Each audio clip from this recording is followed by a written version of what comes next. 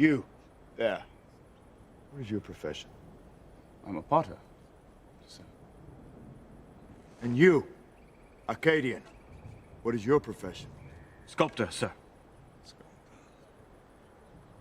You? Blacksmith.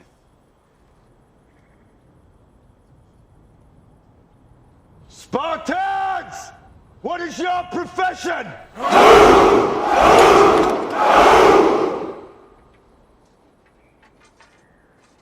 You see, old friend, I brought more soldiers than you did.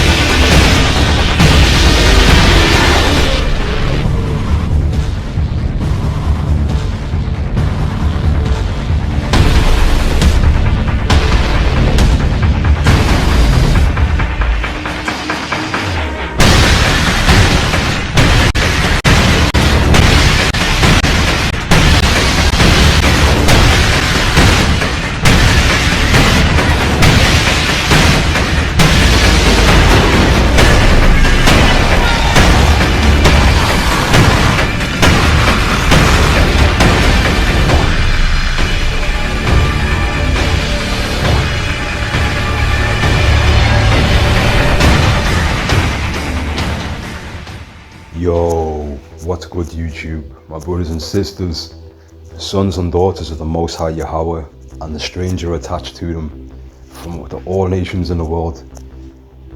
Many blessings to all you, and welcome back to this video presentation here. We're on chapter 3.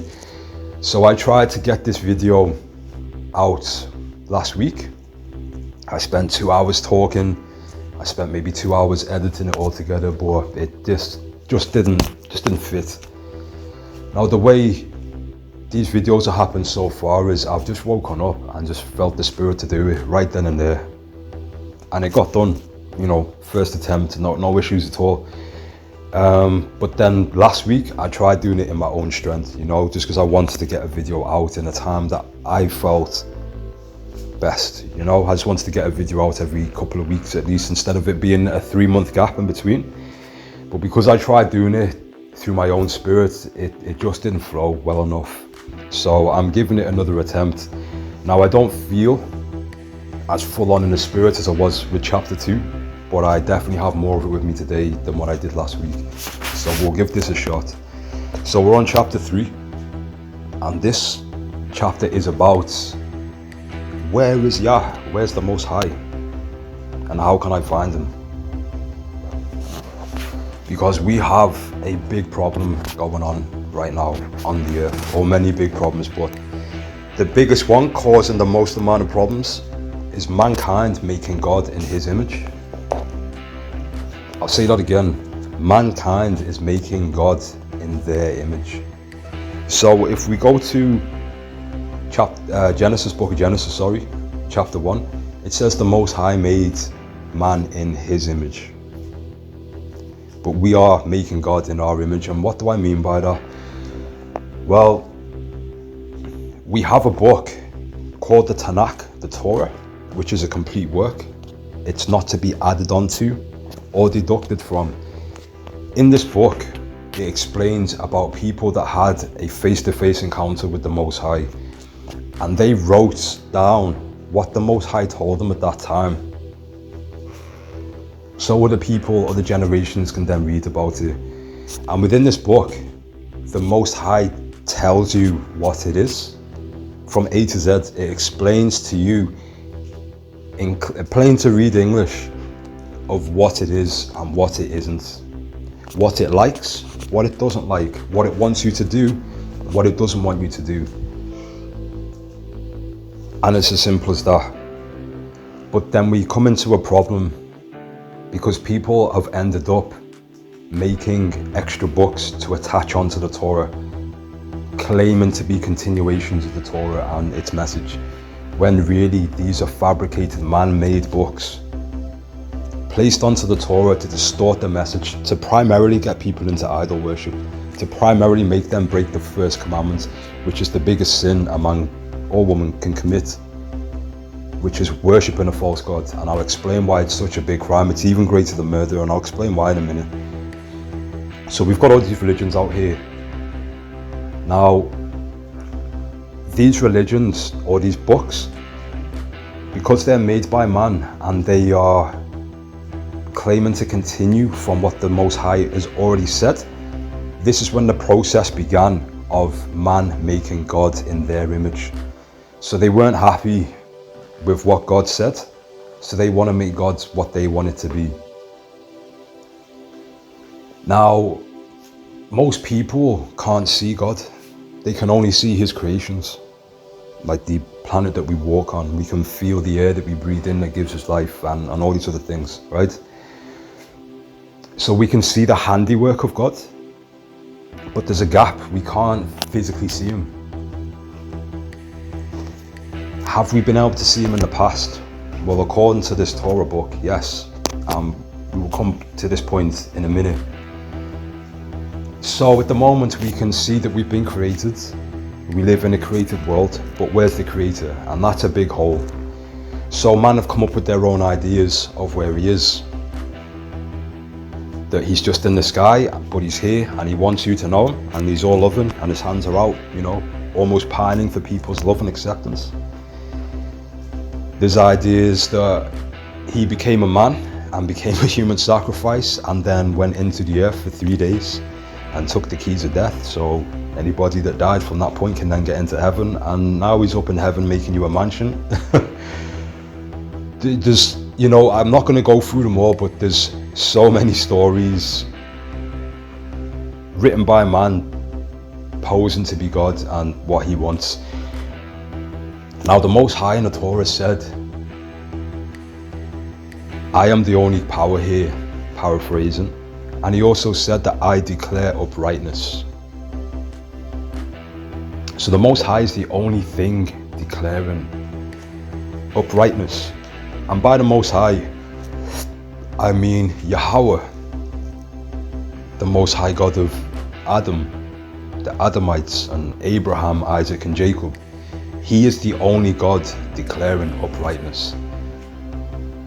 Now, if we go into the Quran and read what Allah has said, he is not declaring uprightness.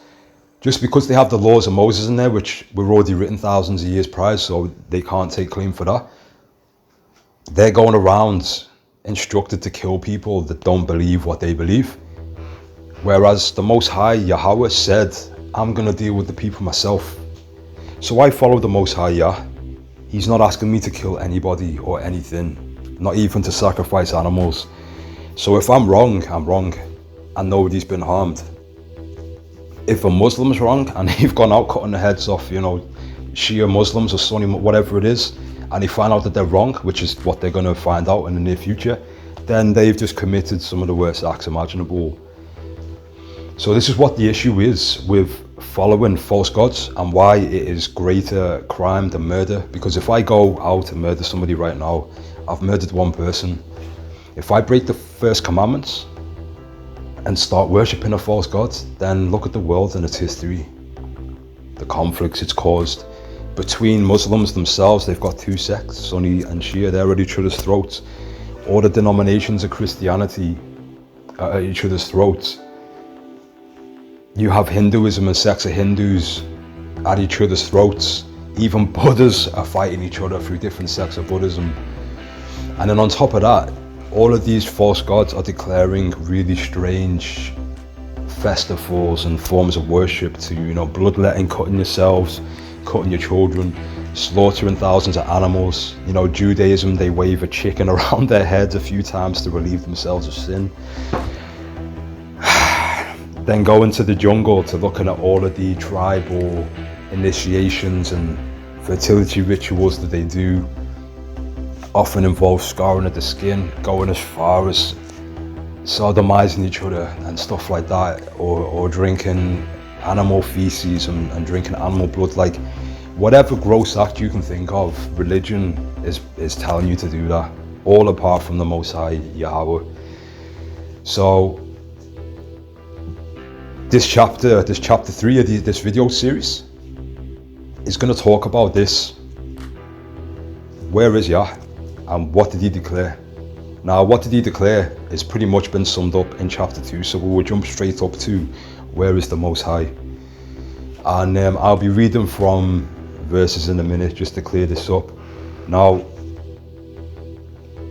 before I continue, I'm assuming that you've seen chapter 2, and especially chapter 2, sorry, maybe chapter 1, not so important, but definitely chapter 2. So you already have some context of what I'm talking about here. So, where is the Most High? This is the big question. And I'm going to explain first why he disappeared in the first place. Because if you haven't noticed, like I've just previously said, apart from his creations, his handiworks, there's no physical representative of the Most High here on earth right now. And that's left a big bubble for people to then make up all this madness that what we're dealing with now and have been for all this time in history. Now I'm going to bring it to one of our enemies, the Freemasons. There was a high degree Freemason called Albert Pike, and he wrote in his book called Morals and Dogma that because the Israelite, the Hebrew, was destroyed, the world lost its perception of what the Most High God is. Because the nation of Israel was the link between mankind and the Most High. It's why he made Adam. So on the 5th day, he made mankind. On the 6th day, he made Adam. And he was meant to be, on his nation that became the Hebrews, were meant to be a nation of priests set apart from the rest of humanity with very stringent rules, ways of living, and clean ways of eating, and clean ways of living that would enable them to remain in physical, spiritual, and mental peak condition, that they would then be able to demonstrate the power and the glory and the knowledge of the Most High to every nation in the world. But instead of doing that, we ended up taking part in your fertility rituals and all of these things that the other nations were doing, all these pagan traditions, which primarily involved these fertility rituals of having sex, orgies, all of this mad stuff. And then the unwanted babies through that were then later sacrificed on an altar, usually to a god called Baal or Moloch. And this is why the Most High absolutely destroyed my people, and rightly so, I guess, well, clearly. So we were slaves in Egypt, and we were being punished by the Egyptians, but we slowly started returning back to the Most High, and we wanted to go out into the wilderness to worship. And at this point, the Pharaoh was saying no. So the Most High displayed his power and got Israel and the stranger attached to them out of Egypt and took them into the promised land, into the land of Canaan, where we would be safe and live off the fat of the land. Now the Most High said,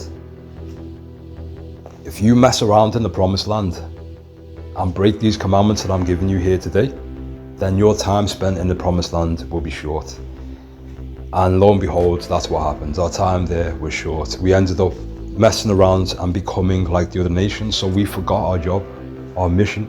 We started eating unclean foods that were full of parasites that release hormones and chemicals, and a change of behavior. We started fetishizing over women of other nations and their fertility practices. Even pharmaca, aka sorcery, became an issue. So we're looking at drug taking here. The very same things that are destroying the fabric of society today is what was happening back then. And this is why the Most High is so adamant about whoredom, that you should not give your daughters away to become strippers, to become prostitutes, or anything in between, you know, like exotic dancers and all this stuff, because given enough time, the fabric of society will collapse, because men's minds will become too weak, that they will not be taking care of their responsibilities as family men. There's so many errors and indirect paths you can be sent down that it's just not a good idea. Sorry, I was just distracted there. I just got a text through my phone. I do apologize. So the Most High, because we ended up worshipping idols, he scattered us to the four corners. The dream Abraham had, the nightmare. And we were scattered and destroyed to the point that if somebody hears that a West Indian Jamaican is an actual Hebrew, that they just laugh at the idea, and that's how far back or far down we've fallen. And as a result of this, you've got to understand, let me just explain something. When the Most High made the earth, he referred to the earth as a beautiful woman. And from that very earth, he brought out Adam and made them into man and woman. So the Hebrews and Adam and Eve are literally an embodiment and a walking embodiment of planet Earth. And that's why the Most High still refers to Israel as a woman, overall as a nation, singular. He speaks of Israel as a she, his wife, his bride, and that he is the husband. And that Israel was the apple of his eye, that Israel is his friend. He is a father to Israel, and Israel is his firstborn son. This is how the Most High speaks of the entire nation of Israel. We were that special, and still are that special to the Most High. So when we ended up breaking the first commandment, we committed the highest form of spiritual adultery against the Most High. So if your husband or wife you found out your husband or wife was cheating on you with multiple partners, and partners that you really didn't like, how would you feel? You know, you would not take that person back, most likely, would you? And rightly so. Well, this is what happened. We went out and committed whoredom with the other nations, as the Torah explains, that we were like a harlot messing around with strange women, and that was us worshipping their gods, worshipping their fertility rituals and festivals. So the Most High, his heart was broken, and he kicked us out of the promised land and scattered us, and he turned his back on Israel and subsequently the entire world. So with this understanding, which I will break down even more, this is just a quick summary before I get into the scriptures. So the Most High has turned his back from Israel and subsequently the rest of the world. His back is turned, meaning he is hidden. The Most High, Yahweh, the creator of the heavens and the earth, is hiding right now. That's why we can't see him. And he will only return when enough of his children, along with the stranger, call him back. How do we call him back? By literally calling him back. And you can only call him back if you serve him and no other gods, which are fake and declaring unrighteousness and wickedness. And the second that we do return, which is happening as we speak, he will come back. It's as simple as that. So you need to ask yourself this question, which you already know the answer to. Is there a creator? Yes. Now here's another question.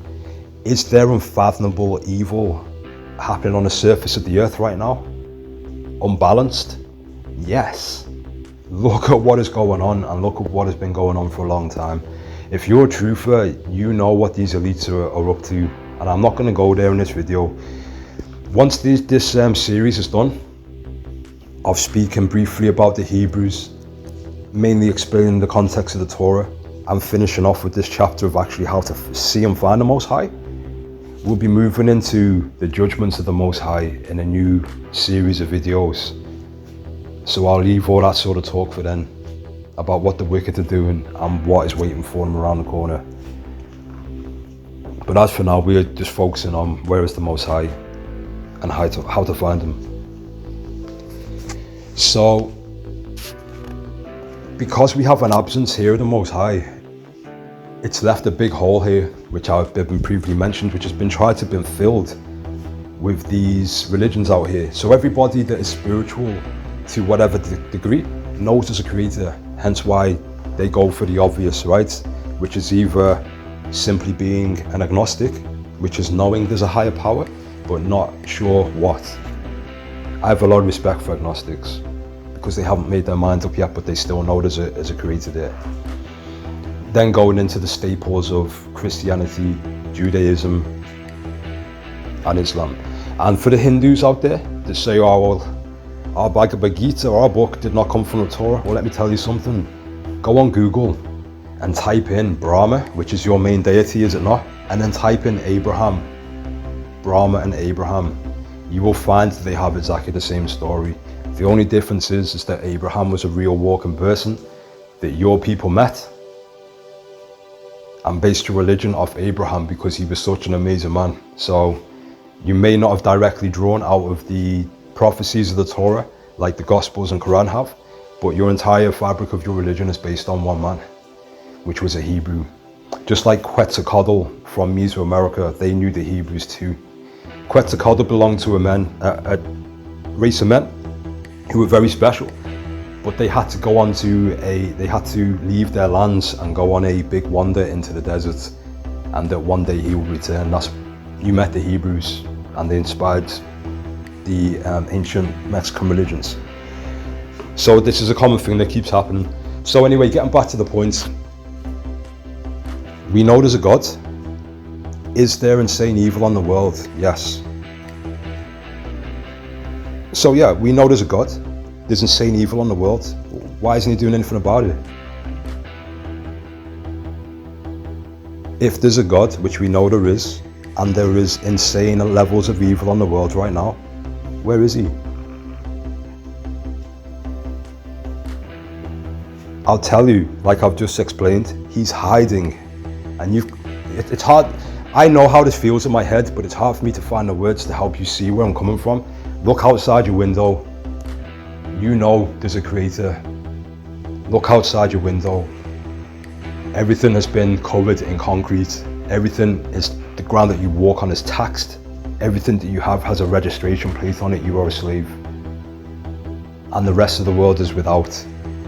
And then behind closed doors, past all the illegal wars and all the corruption we can see behind closed doors, what are these elites doing? What are all these people getting away with? Why isn't the Most High doing anything about it? Without bringing into the context that I'm just explaining, just that simple question, if you know there's a God, where is he? Because if he's not doing anything without any context, you must assume that, well, the God he mustn't care. There's obviously a purpose, a reason behind it, but I can't understand it, so maybe he just doesn't care, hence why he's not here. But luckily that's not the case.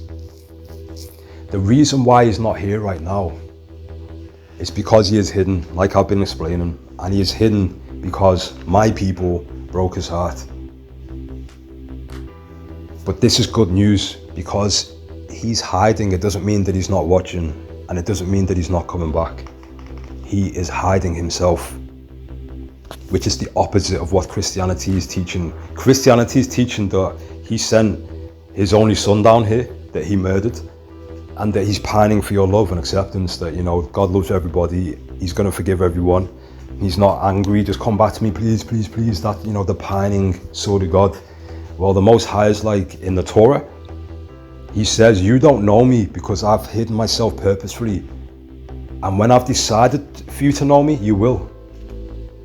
Nobody in this world can resist the power of the Most High, the will of the Most High. If he wants you to know him, then he will do. It's as simple as that. So let's get into some scriptures, because I'm talking about the Most High not being here. Well, let me talk about a time when he was here, which we have written down in the Torah. And another thing, the Most High is very angry at my people and subsequently the entire human race. But as far as I can see, my people, along with the human race, out here having a good time. They're in churches singing praise, like dancing around, hitting drums, playing guitars. They are having feast days and festivals, especially my people in the land of their slavery, you know, in the land of pure chaos, like a demonic empire ruling over them, and they're having a great time. Happy Sabbath act and all this, and then, you know, keeping the Feast of Trumpets and all the rest of them. When the Most High is saying, who the hell told you to do all these things? Because, you know, I'm just looking at my people, but look at all the other religions, they're all doing the same thing. They're all singing, praising and dancing. I've just explained that the Most High said he's so angry with the human race, he's hidden himself. And this is one thing that the Hebrews that are waking up don't understand. That the Sabbath was a gift. The Sabbath was the day of rest, given even to our animals that worked, our creatures that would till the fields. Everyone rests on the seventh day. And the Sabbath is still upheld by the Catholic and Christian Church, and even Islam has their holy day on a Sunday, as do most of the religions. But the point I'm trying to draw to is that the Most High hates your religion. He hates Christianity, he hates Islam, he hates Hinduism, Buddhism, and everything in between. And he hates your feast days, your festivals. He hates organized religion because he has taken away all forms of worship because he's not here visibly. Now, in the ancient world, the Most High used to have a physical presence here on the earth for you to worship. But he's not here right now, so what are you worshipping? You're worshipping thin air and your imagination. All of those people that are involved in religion. Like, you've got to understand, the human mind is very complex and it is very powerful, and it can trick itself into wanting to feel things and tricking itself to get them feelings, but none of it's real. We all know how deluded the human mind can become. It is a complicated operating system that if you don't have the guidance, the commandments to operate it properly, you're going to go off in whatever direction, infinite directions that are the wrong way. But there's only one path that is the right way. So when the Most High was here, and when people were worshipping him, when they were singing, when they were dancing, when they were playing music and eating food, he was here visibly. For example, let me see.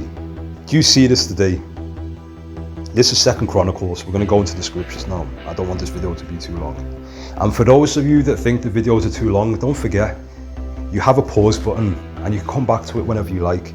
You have the control because it's on the internet.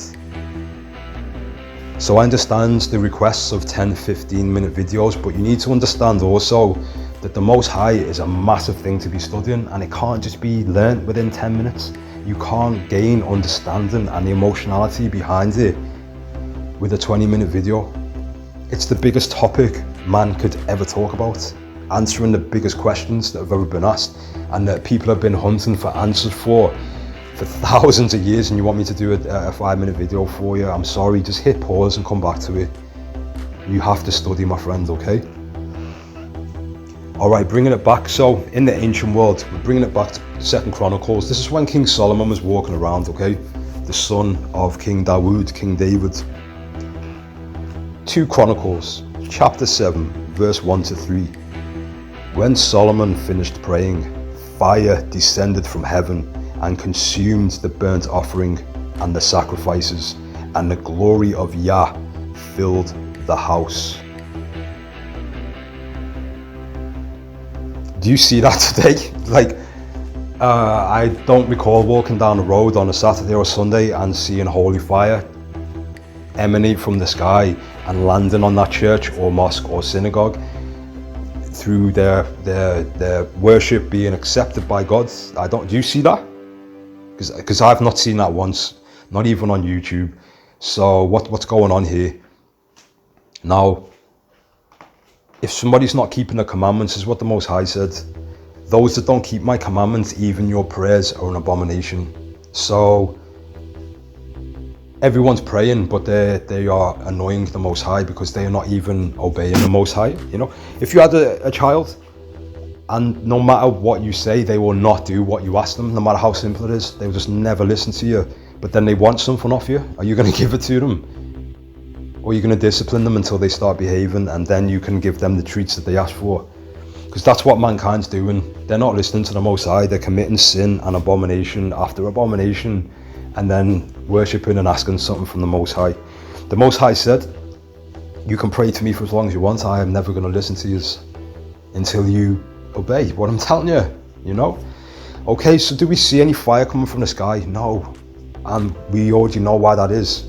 Because the Most High has turned his back on the entire world until the Israelites and the stranger return, which is, like I've said, happening as I speak. Literally as I speak. Carrying on with the Chronicles. So the fire hit the temple of the Most High. Boom! Everyone's knees were the buckle. Can you imagine seeing something like that for real? Like, obviously, I know there'd be some skeptics out there now because of the technology that's available and Project Bluebeam and whatnot. But back in the ancient world, can you imagine seeing that? You know, the priest could not enter the house of YAH, for the glory of YAH filled the house. All the Israelites witnessed the descent of the fire and the glory of Yahweh on the house. They knelt with their faces to the ground and prostrated themselves, there you go, praising the Most High Yah, for he is good and his steadfast love is eternal.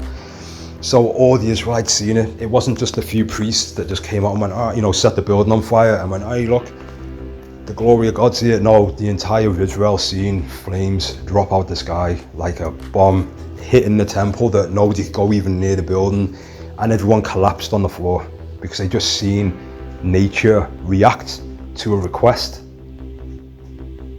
Do you see that happening now? No. So either the Torah is lying, right?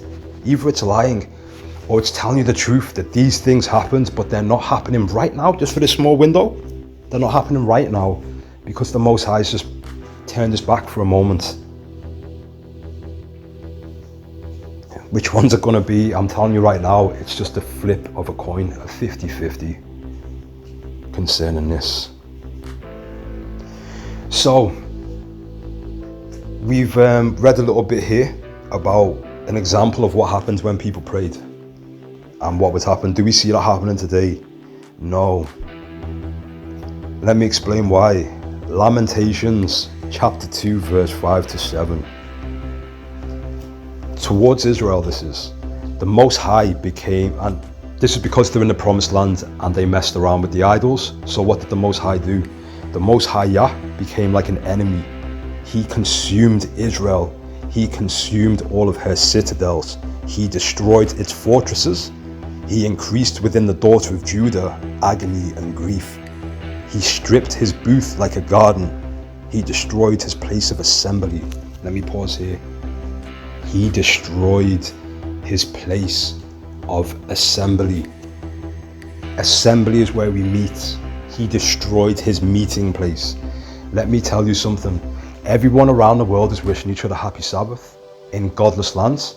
The Most High declared that the Sabbath can only be kept in the land where his name rests, which is Zion, Jerusalem, Mount Sinai. That's the only place you can keep the Sabbath. You cannot keep it abroad, and you especially cannot keep it in the land of your enemies under a covenant that your forefathers broke and is now void and null. This is what a lot of you Hebrews don't understand, because some of you Torah keepers out there are putting an effort in to teach, but you're still teaching people to keep the feast days and the Sabbath. But you broke that commandment, the one that was given to Moses,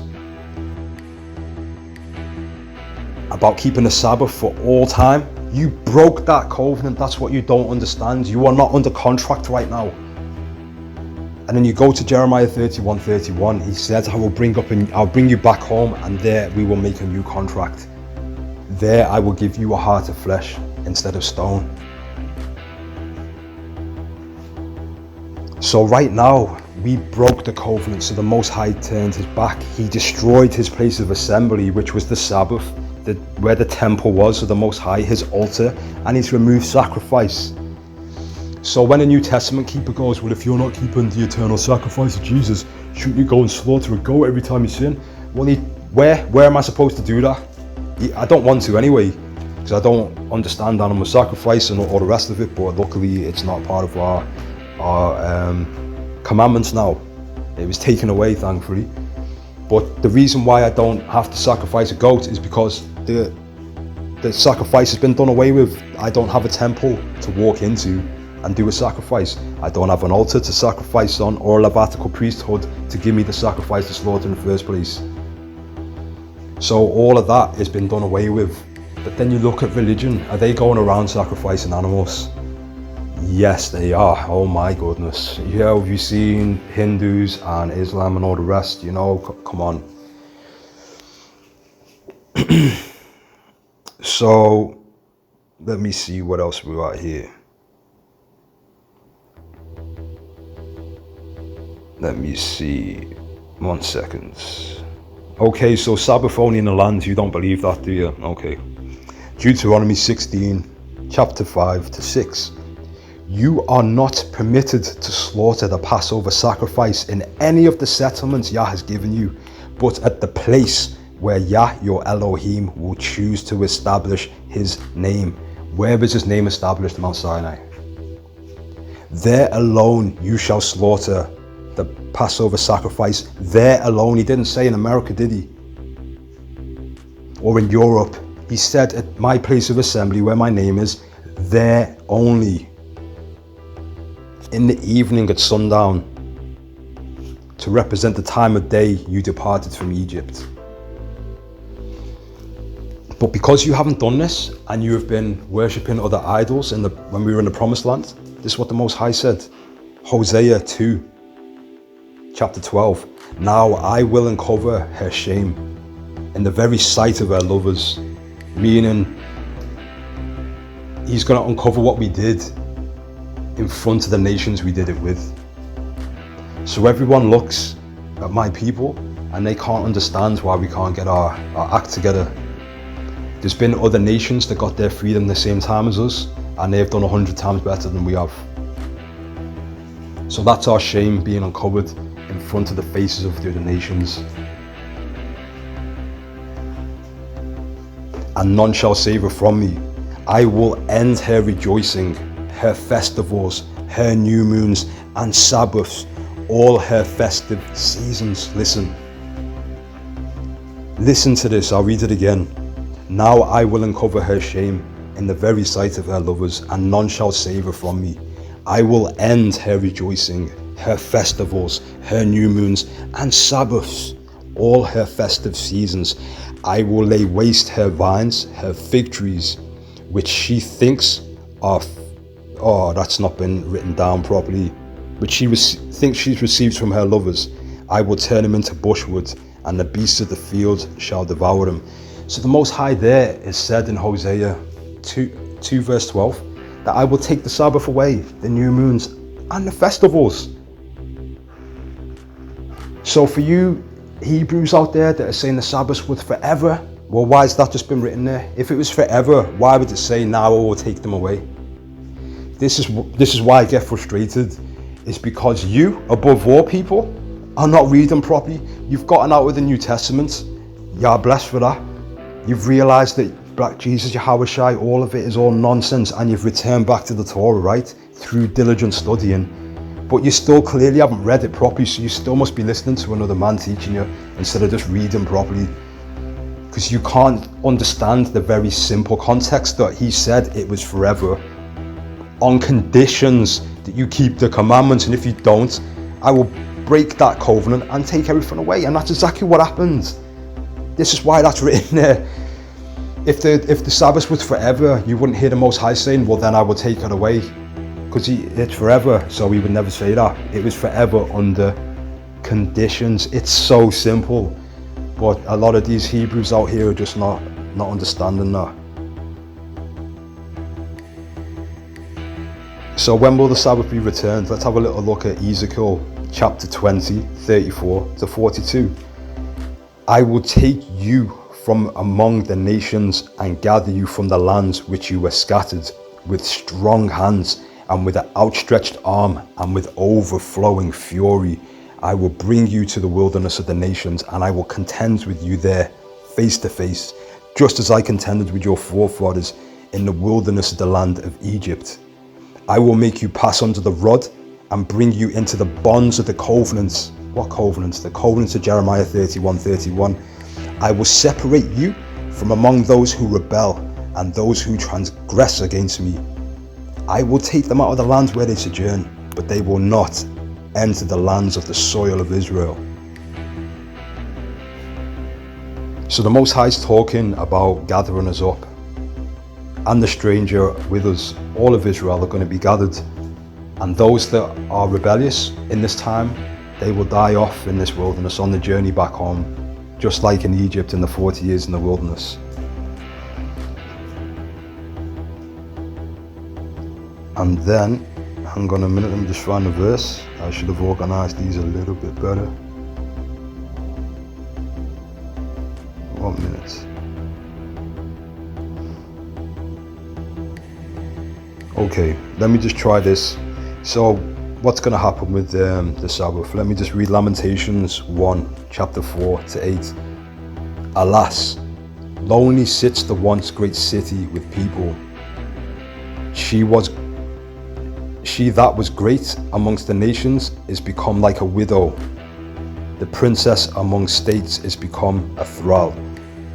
Bitterly she weeps in the night. This is speaking about Israel, by the way, and its people.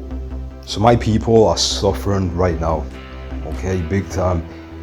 They either have to look past who they are, even the colour of their skin, and pretend that they're white, or whatever nationality that they live in. They have to overlook their own culture, their own race, just to be accepted just about within the workplace and whatnot. But then if they're the other side, where they have accepted that their race and their heritage, they're then aware of all the oppression more so, because they're dealing with it. There's many things. I'm not, again, I would do this another chapter, the lamenting and mourning of Jacob, okay? So you people of other nations can understand what it is that we're going through, because it seems that hardly any of you guys do. I don't understand why it's so difficult to see that our people are going through tremendous things that other nations just don't have to think about. So I will make a video at some point in the future, which will be very hard for me to do, because it will be explaining things that I suffer with as well. But if you are genuine and wanting to know the Most High, then you must want to know about his children as well. So I will do that. Bitterly she weeps in the night, her cheek wet with tears. There is none to comfort her. All her allies have betrayed her. They have become her foes. So do my people have any allies? You name me another nation that is an ally of my people. There isn't one. This is why you keep knowing we're the Jews, because you go through all of the things that the Hebrew people are suffering from, and we're the only people that hit every box. Every box. Zion's roads are in mourning, empty of festival. All her gates are deserted. Her priests sigh, her maidens are unhappy. She is utterly desolate. That's not what the word says, but the spelling here is off. I am not a friend of auto text. Her enemies are now the master. Her foes are at ease, because the Most High has afflicted her for her many transgressions. Her infants have gone into captivity before the enemy. So this is explaining that we were in the promised land, we messed up, and now we're being punished for it. Gone from fair, Zion, all that, oh, that's not even, 1 second. Okay, all the precious things she had in the days of old Jerusalem as in it was there, but now it's been destroyed. And all the festivals, all the temples, citadels have been taken away. All the precious things she had in the days of old Jerusalem, recalled in her days of woe and sorrow, when her people fell by enemy hands, with none to help her. when enemies looked on and gloated over her downfall. Jerusalem has greatly sinned, therefore she has become a mockery. All who admired her despise her, for they have seen her disgrace, and she can only sigh and shrink back. So when my people were conquered in 70 AD by the Romans, they gloated over our victory. They were telling us to eat swine flesh, pork, or they would slit our throats. And we knew they were going to kill us anyway, so we just said